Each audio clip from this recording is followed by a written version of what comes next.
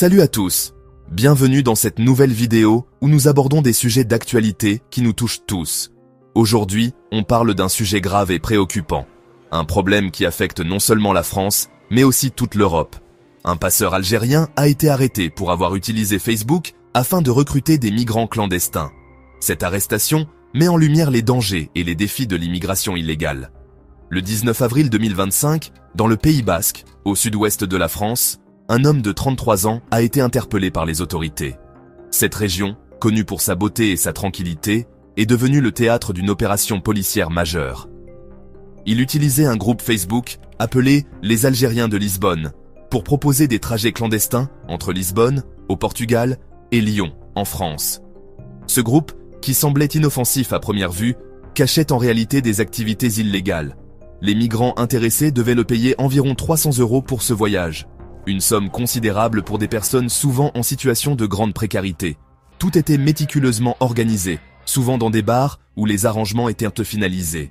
Ces lieux de rencontres discrets permettèrent de planifier les trajets sans attirer l'attention. Ensuite, le passeur prenait le volant et conduisait les migrants jusqu'à la frontière, risquant ainsi sa propre liberté. Les trajets nocturnes étaient privilégiés pour éviter les contrôles policiers. Lors de son arrestation à Biryatou, les autorités ont découvert que les papiers des migrants étaient cachés dans le capot de la voiture. Une méthode ingénieuse mais risquée pour dissimuler les preuves. Tous les migrants transportés étaient des ressortissants algériens, l'un d'eux étant même recherché dans une affaire judiciaire à Marseille. Cette découverte a ajouté une dimension supplémentaire à l'affaire. Le passeur a tenté de se défendre en affirmant qu'il avait besoin d'argent pour financer des soins médicaux à Lyon après avoir été agressé. Une histoire tragique qui n'a cependant pas suffi à convaincre les juges.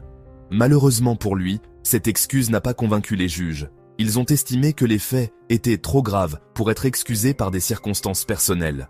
Le 22 avril 2025, le tribunal de Bayonne l'a condamné à 6 mois de prison ferme et lui a interdit de séjourner sur le territoire français pendant 5 ans. Une peine exemplaire pour dissuader d'autres passeurs potentiels. Le tribunal a souligné la gravité de l'infraction, notamment en ce qui concerne l'exploitation des migrants vulnérables. Ces personnes, en quête d'une vie meilleure, se retrouvent souvent à la merci de réseaux criminels. Cette affaire met en lumière l'utilisation des réseaux sociaux pour des activités illégales et l'ampleur du problème de l'immigration clandestine en Europe. Les plateformes en ligne, bien que bénéfiques à bien des égards, peuvent aussi être détournées à des fins malveillantes. Elles nous rappellent aussi les risques pris par ces migrants en quête d'une vie meilleure.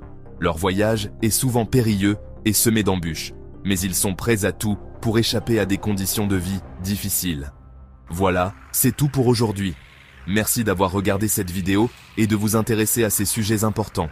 N'hésitez pas à partager vos pensées dans les commentaires et à vous abonner pour plus de contenu sur l'actualité. À bientôt et surtout, restez informés et prenez soin de vous. Merci de bien vouloir activer la cloche et de cliquer sur j'aime.